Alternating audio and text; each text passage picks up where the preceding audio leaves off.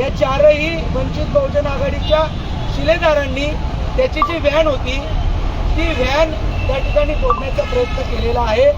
परंतु पोलीस प्रशासनाला आम्ही सकाळपासून हीच विनंती करतो की हे मुलं कुठले हॅबिच्युअल ऑफेंडर नाही आहेत किंवा यांनी जे कृत्य केलं ते क्रिमिनल माइंडे केलेलं नाही आहे, क्रिमिनल इंटेन्शन नाही आहे, क्रिमिनल नॉलेज नाही आहे। असं असताना सुद्धा पोलिसांनी आतापर्यंत आम्हाला सहकार्य केलेलं आहे। परंतु दुर्दैवाने काय होतंय की कधी कधी पोलीस सुद्धा आक्रमकता ज्याच्यावर दाखवली पाहिजे तिथे दाखवत नाहीत आणि चुकीच्या ठिकाणी सुद्धा दाखवली जाते।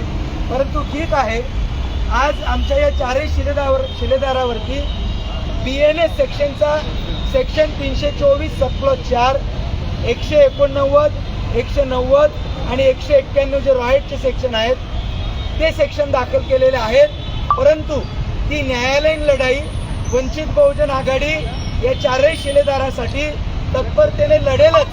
परंतु पोलीस प्रशासनाला मी हीच विनंती करतोय की आमच्यावर गुन्हे दाखल करण्याची तत्परता जशी तुम्ही दाखवली, परंतु पॉक्सो ॲक्टमध्ये जो तुम्ही आता सेक्शन 3 आणि 4 दाखल केला असेल आणि तो सेक्शन दाखल करताना जर त्या शाळेच्या व्यवस्थापनाला, मग शाळेचे ट्रस्टी असतील किंवा मुख्याध्यापक असतील यांना जर त्यामध्ये तुम्ही सहआरोपी केलं नसेल तर तुम्ही पॉक्सो ॲक्टचा सेक्शन 16 हा ताबडतोब ॲड करावा।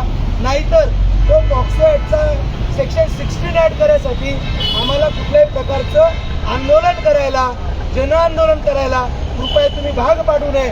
उद्या दिवसभरामध्ये तुम्ही सेक्शन 16 पॉक्सो ॲक्टचा जो आहे तो दाखल करावा ही विनंती मी या ठिकाणी फेसबुकच्या माध्यमातून या ठिकाणी करतो।